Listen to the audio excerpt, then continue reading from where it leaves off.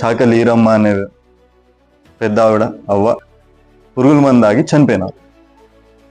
ఆ రోజు వరకు ఏమాత్రం కేసులు కానీ, ఏమాత్రం పోలీస్ స్టేషన్ చుట్టూ తిరుగుతూ ఉన్నా, విఆర్ఓ చుట్టూ తిరుగుతా ఉన్నా, ఎంఆర్ఓ మేడం చుట్టూ తిరుగుతా ఉన్నా, సర్వేయర్ దగ్గర పోయి మాట్లాడుతా ఉన్నా, ఎవరు కూడా వీళ్ళ గురించి పట్టించుకోలేదు.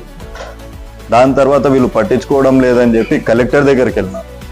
కలెక్టర్ దగ్గర పోతే కూడా కలెక్టర్ మేడం కూడా దీనికి స్పందించలేదు. ఎందుకు స్పందించలేదు అంటే దానికి మెయిన్ కారణం వచ్చేసి ఆ 26 సెంట్లు తీసుకున్న వాళ్ళు టీడీపీ నాయకులు. ఆ 26 సెంట్స్ అనేది ఏదైతే ఈరమ్మ గారికి వచ్చిందో అది ఇప్పుడప్పుడులో వచ్చింది కాదు. 1962లో వాళ్ళ మొగుడైన మల్లన్న వాళ్ళు కొనుక్కున్నది. ఇది ఆ రోజు కొనుక్కున్నప్పుడు వాళ్ళు రాసుకున్న అగ్రిమెంటు. దీంట్లో 48 సెంట్లు వీళ్ళ పేరుకి మారింది, రిజిస్టర్ అయింది, ఆన్లైన్లోకి వచ్చింది. దాని తర్వాత 26 సెంట్లు రిజిస్టర్ అయ్యే లోపలే ఆయన చనిపోవడం జరిగింది.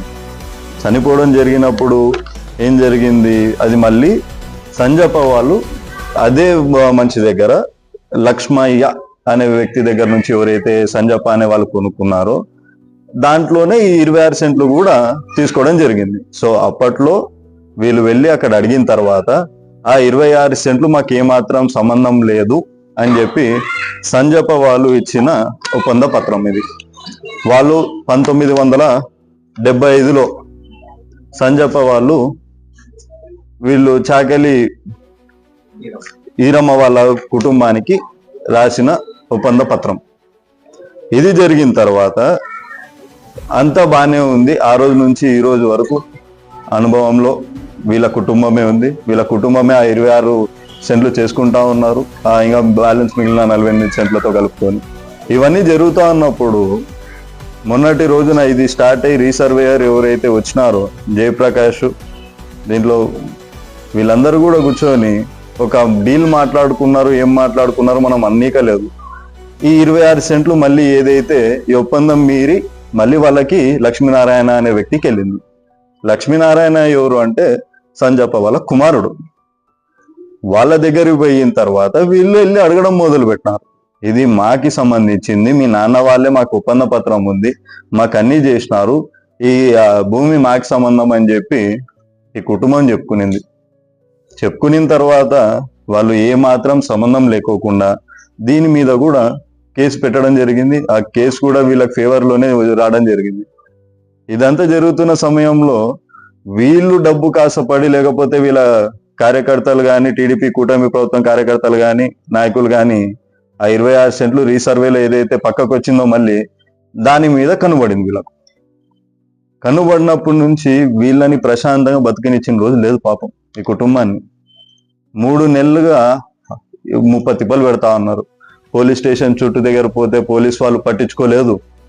విఆర్ఓ ఎంఆర్ఓ వాళ్ళ దగ్గర పోతే ఎంఆర్ఓ మేడం అయితే డైరెక్ట్ ఒకటే అంటారంట, అనుభవంలో ఎన్ని సంవత్సరాలు ఉన్నా మాకు సంబంధం లేదు, ఈరోజు రీసర్వేలో ఎవరికైతే పేరు ఉందో వాళ్ళకి ఒకటే నేను మాట్లాడతాను అని. ఒక గవర్నమెంట్ ఎంప్లాయీ, ఆమె కూడా ఒక మహిళ కూడా ఒకసారి చెక్ చేసుకొని వాళ్ళకున్న పదవి ఉన్నప్పుడు వాళ్ళు ఒక మంచి పదవిలో ఉన్నారు, ఒక హోదాలో ఉన్నారు, ఒక గవర్నమెంట్ ఎంప్లాయీ, వాళ్ళు వాస్తవాలన్నీ కూడా ఒకసారి చెక్ చేసుకోవాల్సిన అవసరం ఎంతైనా ఉండేది. కానీ ఏ మాత్రం పట్టించుకోకుండా నాకు సంబంధం లేదు, మీరు ఏమన్నా చేసుకోండి, ఈరోజు ఎవరి పేరు మీద అవుతుందో వాళ్ళకోటే నేను మాట్లాడతా అని చెప్పడం జరిగింది. దాని తర్వాత మళ్ళీ కలెక్టర్ గారి దగ్గర పోతే కలెక్టర్ గారు కూడా అక్కడ నుంచి వాళ్ళ దగ్గర నుంచి స్పందనలో కూడా ఏం రివర్స్ రాలేదు. రిపోర్ట్ వీళ్ళకి ఫేవర్ కానీ చేస్తామనో చూస్తామనో ఏం చెప్పలేదు అక్కడ నుంచి. సో ఇది జరిగిన తర్వాత ఇంకా సరేలే వీళ్ళని ఎలాగో అలా మాట్లాడుకున్నాము, ఇంతట్లోనే చేసుకున్నాము అని చెప్పి సిఐ గారి దగ్గర పోతే సిఐ చెప్పినాడంట, ఇది హోల్డ్లో పెట్టండి, మీరు సేన్లోకి వెళ్ళొద్దు, మీరు కూడా 2 ఎదురు వెళ్ళొద్దండి, కోర్టులో కేసు నడుస్తూ ఉంది కదా, ఎందుకు పోవాలా అని చెప్పి. సరే అక్కడి వరకు బాగుంది, మంచిగానే మాట్లాడినారు, కోర్టులో కేసు తెగేంత వరకు ఉన్నామని చెప్పినారు, బాగుంది. ఆ మరుసటి రోజే సిఐ గారు చెప్పిన తర్వాత కూడా కూటమి కార్యకర్తలు, ఈ టీడీపీ కార్యకర్తలు మన నియోజకవర్గంలో వాళ్ళు పోయి దున్నుకోవడం జరిగింది. టిల్లర్ కొట్టినారు రాత్రి. ఏంటి అని చెప్పి అడుగుతుంటే దానికి సమాధానం లేదు. ఆవిడ రంగస్వామి అనే వ్యక్తి ఆ రోజు ఆ 26 సెంట్లో ఈ టిల్లర్ కొడతా ఉన్నప్పుడు వ్యవసాయం చేయడానికి పోయినప్పుడు అవ్వ కూడా పోయింది. ఈరమ్మ పోయి ఇది నాకు సంబంధించినది, మీకు సంబంధం లేదు, మా దగ్గర పత్రాలు ఉన్నాయి, అన్నీ ఉన్నాయి, మీకు ఎందుకు వస్తున్నారంటే మేము కొన్నామన్న విషయం ఎవరో చెప్పినారంట. అది కూడా అవసరం లేదు, పట్టించుకోలేదు. అవ్వ ఆ రోజు కోపంలో బాధలో నేను చావనన్నా చేస్తాను కానీ నేను మిమ్మల్ని ఈ శైలిలోకి రానియను అని చెప్పడం. ఈ విషయాలన్నీ కూడా నేను నా స్వతహా చెప్తున్నట్టు కాదు, అక్కడ బాధపడుతున్న విక్టిమ్స్ ఎవరైతే ఆ కుటుంబ సభ్యులు ఉన్నారో వాళ్ళ కొడుకు కానీ వాళ్ళ కూతుర్లు కానీ వాళ్ళ చెల్లి కానీ బాధపడుతూ నేను పోయిన తర్వాత చెప్పిన విషయాలు కానీ. రంగస్వామి అనే వ్యక్తి మందు బాటిల్ని ఇట్లా ఇసిరినాడు. ఇసిరి చావండి, నన్ను ఎవరేం చేసుకోలేరు అన్నమాట మాట్లాడినారంట. పాపం ఇంకా ఆవిడ ఎక్కడ విఆర్ఓ దగ్గర పోయినా, ఎంఆర్ఓ దగ్గర పోయినా, కలెక్టర్ గారి దగ్గర పోయినా, సిఐ దగ్గర పోయినా, ఇంత జరిగినా కూడా నాకు ఏమీ జరగడం లేదు, నాకు న్యాయం జరగదు అని అనుకొని బాధతో మందు తాగడం జరిగింది. మందు తాగి మళ్ళీ హాస్పిటల్కి తరలిస్తున్న టైంలో రామాంజనేయులు అనే వ్యక్తి, ఆయన రోజుకొకరు చావాలి, ఇలాగా అందరు చావండి, మమ్మల్ని ఎవరు పీక్కోలేరు అన్నమాట అన్నాడు అని చెప్పి బాధిత కుటుంబాలు నాకు చెప్పడం జరిగింది. సరే, ఇక్కడ వరకు జరిగిన తర్వాత కూడా ఇప్పుడు సిఐ గారు చేసిన తప్పుల్లో ఇక్కడ నుంచి చెప్తాను. సిఐ గారి దగ్గర పోయి ఇట్లా పురుగుల మంది ఆగినారు, హాస్పిటల్ తీసుకొని పోతున్నారు, వీళ్ళ మీద కేసు ఫైల్ చేయండి అంటే పట్టించుకోలేదు. ఎందుకు? ఎమ్మెల్యే గారు కానీ ఇంత విషయం జరిగిన తర్వాత ఒక సర్వేయర్, ఒక విఆర్ఓ, ఒక ఎంఆర్ఓ, ఒక సిఐ, కలెక్టర్ వరకు కూడా ఈ విషయం పోయిన తర్వాత ఏ మాత్రం ఎందుకు పట్టించుకోలేదు? దీంట్లో ఎమ్మెల్యే గారి ఇన్వాల్వ్మెంట్ డెఫినెట్గా ఉంటుంది. ఎమ్మెల్యే గారు డెఫినెట్ గా రేపటి రోజున వచ్చి ప్రెస్ మీట్ పెట్టి నాకేం సంబంధం లేదని చెప్పకూడదు. అసలు has no right to say that. ఆయనకు అసలు హక్కు లేదు. ఎందుకంటే వీళ్ళందరూ కూడా కలెక్టర్ గారు తప్పితే మిగతా వాళ్ళందరూ వచ్చేది ఆయన నియోజకవర్గంలో పనిచేస్తున్న గవర్నమెంట్ ఎంప్లాయీస్. వాళ్ళ దగ్గర ఇవన్నీ జరుగుతా ఉన్నప్పుడు ఎమ్మెల్యే గారికి తెలియకోకుండా అయితే జరగదు. లేకపోతే మందు తాగినప్పుడైనా కూడా అప్పుడన్నా కూడా ఎమ్మెల్యే గారు కూడా స్ట్రిక్ట్ యాక్షన్ తీసుకోవాల్సింది, అప్పుడు తీసుకోలేదు. ఎందుకంటే ఆ కుట్రలో ఎమ్మెల్యే గారికి భాగం ఉంది. ఇంకా ఎవరో షాడో ఎమ్మెల్యే అని కూడా 2 సంవత్సరాల నుంచి బాగా తిరుగుతా ఉన్నారు, ఆయనకి భాగదస్తులే. ఈయనకు షాడో ఎమ్మెల్యేకి బినామీ కింద ఐరన్ బండ భాష అంట ఆయన వ్యక్తి పేరు. ఆయన వాళ్ళ కార్యకర్తలు కూడా దీంట్లో ఉన్నారు. వాళ్ళందరూ ఎందుకు వస్తున్నారు దీంట్లోకి? అయితే లక్ష్మీనారాయణ వాళ్ళు తెలుసుకోవాలా, లేకపోతే చాకలి ఈరమ్మ వాళ్ళు తెలుసుకోవాలా? ఐరన్ బండ ఎక్కడో ఉన్న ఐరన్ బండకి గోనెగండ్లకి సంబంధం ఏంటి? వీళ్ళ ఊర్లేకి వీళ్ళ సేన్లేకి ఐరన్ బండలో ఉన్న డాన్ భాష అంట ఆయన పేరు, కానీ భాష అని చెప్తాను. ఆయన దీనిలోకి దూరే అవసరం ఏముంది? ఆయన టీడీపీ కార్యకర్తనే. మీరు కావాలంటే కూడా ప్రతి చోట ఫోటోస్ ప్రూఫ్ కావాలంటే కూడా నేను ఇవ్వడానికి సిద్ధంగా ఉన్నా. ఆయన సేన్లో వచ్చి దౌర్జన్యం చేయడానికి కూర్చున్నప్పుడు వీడియోస్ కూడా ఉన్నాయి నా దగ్గర. దాన్ని వదలాలంటే కూడా I'm ready to send you the videos. ఇలాంటివన్నీ చేస్తా ఉన్నప్పుడు ఎమ్మెల్యే ఏం చేస్తా ఉన్నారని, ఇలాంటి వ్యక్తినా మనము ఎమ్మెల్యేగా చేసుకునింది, ఇలాంటి వ్యక్తిగా మనము ఇంత మర్యాద ఇస్తా ఉండేది, ఇలాంటి పార్టీగా మనం ఓటేసి మన మన మన బతుకులు మారుతాయని చెప్పి ఆశపడింది లేదు. ఇక్కడ వాళ్ళు ఉన్న దాంట్లో వీళ్ళందరికి కూడా ఎంతున్న అక్రమాలు చేయాలా, మేము సంపాదించుకునేది కావాలా, ఎమ్మెల్యే గారికి కమిషన్లు ఇస్తే మిగతావన్నీ షాడో ఎమ్మెల్యే గారు నడిపిస్తూ ఉంటారు. చూస్తూ ఉన్నాం ఇప్పటి వరకు. సర్లే, ఇక్కడ గరుసు ఉసక ఇక్కడ వరకే జరుగుతూ ఉంది, ఇక్కడ వరకే ఊరికే సంపాదించుకునే వరకు అని చెప్పి మీ ఊరికే ఉన్న దానికి ఈరోజు ఒక నిండు ప్రాణం పోయింది. నిండు ప్రాణం. పాపం ఆమె చేసిన తప్పేంటి? ఆమె ఆస్తి ఆమె అడగడం తప్ప? వీళ్ళకి ఇంత ఆశ ఎందుకు? ఒక ముసలావిడ చాకులోళ్ళు తక్కువ జాతి అంటే చిన్న చూప? లేకపోతే వాళ్ళు ఏం చేసినా మేము ఏదైనా చేసుకోవచ్చు, మాకు ఆ పలుకుబడి మా అధికారం నడుస్తూ ఉంది, మా ప్రభుత్వం రూలింగ్లో ఉందని చెప్పి అహమా. రేపటి రోజున ఎమ్మెల్యే గారికి ఈ విషయం నాకు సంబంధం లేదు, నాకు తెలియదు అంటే ఐఎమ్ సారీ, అయితే you're not fit for that position. మీరు అసలు ఎమ్మెల్యేగా ఉండే హక్కే లేదు మళ్ళీ మీకు. ఒకవేళ ఇన్ని జరిగినా కూడా మాకు తెలియదు అన్న మాట మాట్లాడితే మాత్రం ఇన్ని విషేదాలు జరుగుతా ఉన్నాయి. ఇది ఒకటే కాదు, ఇలాగా ఎన్నో జరుగుతా ఉన్నాయి, ఎన్నో ఊర్లలో జరుగుతా ఉన్నాయి. మాట్లాడేది ఒకటి, చేసేది ఒకటి, జరిగేది ఒకటి. దొరికిన చోట భూ కబ్జాలు, దొరికిన చోట ఉస్క మాఫియాలు. ఈ ఎమిగనూరు నియోజకవర్గ ప్రజలకి మీరు ఏం చెప్పాలనుకుంటున్నారు? ఇది ఫస్ట్ ఇన్సిడెంట్ కూడా కాదు. 2015లోనే ఇదే ఎమ్మెల్యే బివి జయనాథ్ రెడ్డి గారు ఉన్నప్పుడు అదే గోనెగండ్ల మండలంలో ఒక వ్యక్తి కూడా ఆ రోజు కూడా చనిపోవడం జరిగింది. ఆ రోజు కూడా ఆయన ఏదో చిన్నది ఏదో ప్రాబ్లం ఉందని చెప్పి తిరుగుతా అంటే పోలీస్ వాళ్ళని పిలిపించి వాళ్ళ ఇంటిలోకి వెళ్ళి వచ్చి పోలీస్ స్టేషన్లో కొట్టడం వల్ల మళ్ళీ నీ పరిస్థితి రేపటి రోజు కూడా ఇదే ఉంటుంది, ఇట్లే కొడతామంటే ఆ రోజు కూడా పిల్లోడు బాధపడి మా పరిస్థితులు మళ్ళీ ఇట్లే కొడతారని బాధతో ఆ రోజు విషయం నాకు చనిపోయినాడు. ఆ రోజు కూడా ఈ రోజు కూడా ఇంకా తేడా లేదు. అంటే ప్రజలు చనిపోతుంటే మేము ఎదుగుతాము, లేకపోతే ప్రజలు చనిపోయినా నాకు అవసరం లేదు, నేను పట్టించుకోను, నా కమిషన్ నాకు కావాలని చెప్పి ఏమన్నా రెస్పాన్స్ ఇవ్వదలుచుకున్నాడా? పేదవాళ్ళు, బలహీన వర్గాలు, వాళ్ళ ప్రతి ఒక్క డాక్యుమెంట్ ఉంది. All the proofs, what ever is necessary అన్ని ప్రూఫ్స్తో పాటు అగ్రిమెంట్స్తో పాటు అన్ని మా దగ్గర అదొకటే కాకుండా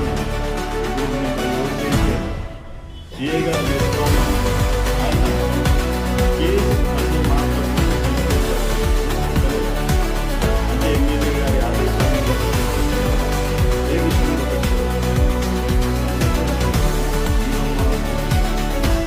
అవ్వ చనిపోయిన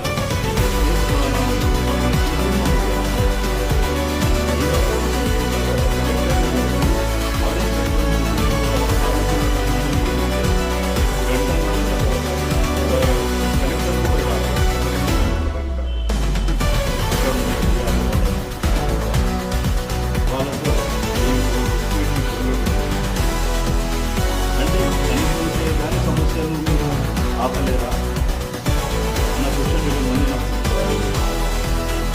అంటే ఎవరి సమస్యలు అలాగే ఇలాగ మేము సపోర్ట్ చేసుకుంటారు. ఉండండి బాబా అన్ని అవుతాను రైతుల మీద ఎంత కష్టం ఉన్నాయి, వాళ్ళ భూముల మీద మీకు ఎందుకు చలామని నాకు తెలియదు.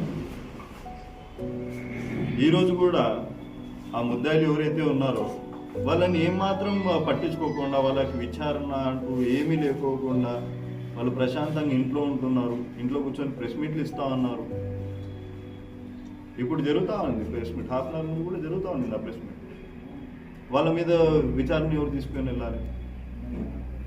అంటే వాళ్ళని విచారించొద్దని ఏమన్నా ఆదేశాలు వచ్చాయా ఎమ్మెల్యే గారి తరఫు నుంచి?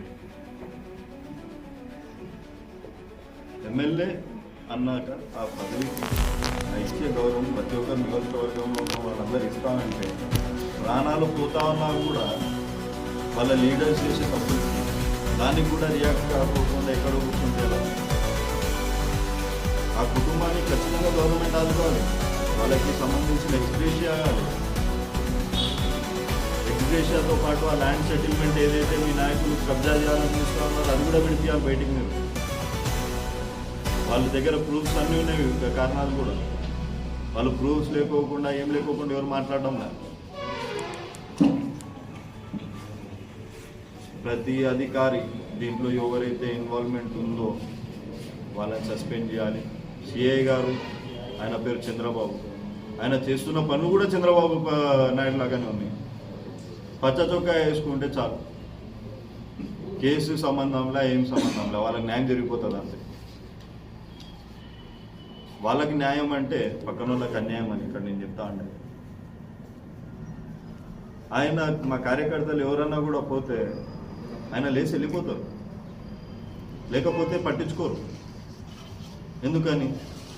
ఆయన లా అండ్ ఆర్డర్ కోసమే కదా ఈజ్ అ సిఐ.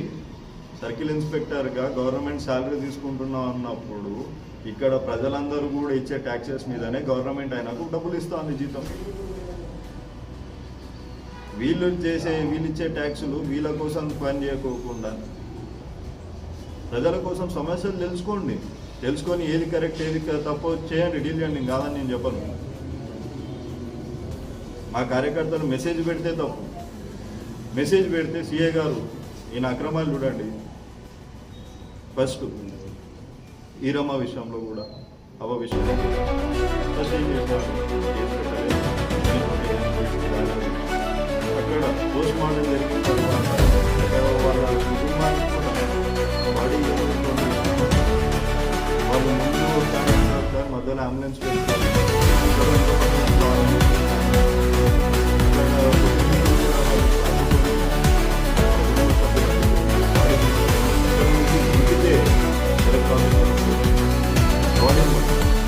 లేకపోతే పోలీస్ వ్యవస్థ అది కూడా చేయించారు. ఈ పోలీసు వ్యవస్థ టీడీపీ పార్టీ లేకపోతే పోలీసు వాళ్ళని అది కూడా ఒక అవసరం. ఇప్పటికైనా కూడా అన్ని ఇవ్వాలి. చంద్రబాబు గారు విఆర్ ఎంఆర్ సర్వే ఎవరైతే ఉన్నారో వాళ్ళందరినీ కూడా ఎందుకంటే వీళ్ళందరినీ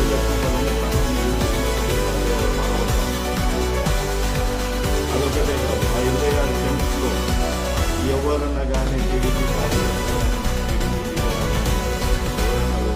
ఎమ్మిగనూరు నియోజకవర్గంలో ఉన్న ప్రతి ఒక్క వైఎస్ఆర్సీపీ కార్యకర్త ఆ 26 సెంట్లో కూర్చుంటాం. వాళ్ళతో ఒక కుటుంబానికి మాకు ఇప్పుడు ఒక జరగని అనుబంధం. ఎందుకంటే ఈరమ్మవ్వ వైఎస్ఆర్సీపీ కార్యకర్త.